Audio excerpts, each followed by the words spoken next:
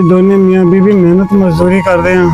ਅੱਛਾ। ਤੇ ਅਸੀਂ ਬੱਚੀ ਨੂੰ ਘਰੋਂ ਸੁਣੀ ਛੱਡ ਕੇ ਨਹੀਂ ਕਿਸੇ ਪਾਸੇ ਜਾ ਸਕਦੇ, ਇਸ ਵਾਸਤੇ ਕਿ ਬੱਚੀ ਜਿਹੜੀ ਫਰਜ਼ੋਂ ਅਦਾ ਹੋ ਜਾਏ। ਯਾਨੀ ਹਾਲਾਤ ਨਹੀਂ ਠੀਕ ਹੈਗੇ ਜ਼ਮਾਨੇ ਦੇ। ਹਾਂਜੀ। ਤੇ ਤੁਸੀਂ ਦੋਨੇ ਮੀਆਂ ਬੀਵੀ ਚਲ ਜਾਂਦੇ ਕੰਮ ਕਰਦੇ, ਦਿਹਾੜੀ ਕਰਨ। ਹਾਂਜੀ। ਅੱਛਾ। ਤੇ ਉਸ ਤੋਂ ਬਾਅਦ ਫਿਰ ਜ਼ਾਹਰਾ ਪਿੱਛੇ ਸੁਣਨਾ ਜੀ ਨਹੀਂ ਛੱਡ ਕੇ ਜਾਇਆ ਜਾ ਸਕਦਾ, ਹਾਲਾਤ ਵੀ ਠੀਕ ਨਹੀਂ ਹੈਗੇ। ਤਾਂ ਬਾਕੀ ਮਾੜੇ ਘਰਾਂ 'ਚ ਹਰ ਬੰਦਾ ਮੂੰਹ ਚੱਕ ਕੇ ਵੀ ਆ ਜਾਂਦਾ ਆ। ਬਿਲਕੁਲ।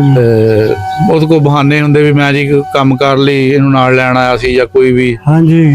ਉਹ ਕੋਈ ਨੁਕਸਾਨ ਕਰ ਸਕਦਾ ਆ, ਕੋਈ ਨੁਕਸਾਨ ਕਰ ਸਕਦਾ, ਚੋਰੀ ਕਰ ਸਕਦਾ, ਕੋਈ ਗਲਤ ਹਰਕਤ ਕਰ ਸਕਦਾ। ਇਸ ਕਰਕੇ ਆਪਣੀ ਇੱਜ਼ਤ ਆਪਣੀ ਬੱਚੀ ਨੂੰ ਘਰੋਂ ਉਠਾ ਦਿੱਤਾ ਜਾਵੇ ਤਾਂ ਭਰਾਵਾਂ ਦੇ ਤਾਵਨ ਨਾਲ ਇਹ ਸਭ ਕੁਝ ਹੋਊਗਾ। ਨਾਂ ਕੀ ਆਪਣਾ? ਖਾਲਿਦ ਮਹਿਮੂਦ ਜੀ। ਖਾਲਿਦ ਮਹਿਮੂਦ। ਇਹ ਜੀ ਭਾਈ ਖਾਲਿਦ ਮਹਿਮੂਦ ਸਾਹਿਬ, ਇਹ ਇਹਨਾਂ ਦੇ ਵੱਡੇ ਭਾਈ ਆ। ਹਾਲਾਤ ਸਾਰਿਆਂ ਦੇ ਹੀ ਮਾੜੇ ਆ। ਇਹ ਇੱਕ ਕਮਰਾ ਆ, ਕਮਰਾ ਵੀ ਮੈਨੂੰ ਲੱਗਦਾ ਇੱਕ ਦੋ ਖਾਣਾ ਤੇ ਹੀ ਆ, ਦੋ ਖਾਣਾ ਤੇ ਆ। ਤੇ ਆਹ ਚੁੱਲ੍ਹਾ ਚੌਂਕਾ ਆ, ਇਹ ਨਾਲ ਇੱਕ ਛੋਟਾ ਜਿਹਾ ਕੋਰਾ ਬਣਾਇਆ ਹੋਇਆ।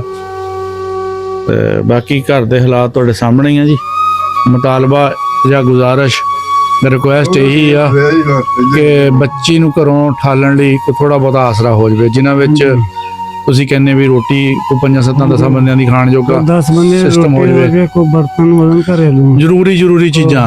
ਹਾਂ ਬਾਕੀ ਤਾਂ ਭਾਈ ਜੀ ਜੇ ਜਹੇਜ਼ਾਂ ਦੀ ਗੱਲ ਕਰੀਏ ਤਾਂ ਬੜੇ ਬੰਦੇ ਆਪਾਂ ਨਹੀਂ, ਉਹਨਾਂ ਨੂੰ ਆਪਾਂ ਉੱਪੜ ਨਹੀਂ ਸਕਦੇ। ਹਾਂ ਜਿਹੜੀਆਂ ਲੋੜ ਦੀਆਂ ਚੀਜ਼ਾਂ ਨਾ ਉਹ ਆਪਣੀਆਂ ਹੋ ਜਾਣ, ਉਹਨਾਂ ਨਾਲ ਆਪਣਾ ਜਿਹੜਾ ਚਲੋ ਬੱਚੀ ਆਪਣੇ ਘਰ ਜਾ ਕੇ ਆਪਣੇ ਭਾਂਡਿਆਂ 'ਚ ਆਪਣੀ ਖਾ ਪਕਾ ਕੇ ਗੁਜ਼ਾਰਾ ਕਰ ਸਕਦੀ, ਇਸਤੇਮਾਲ ਕਰ ਸਕਦੀ ਹੈ ਜੀ।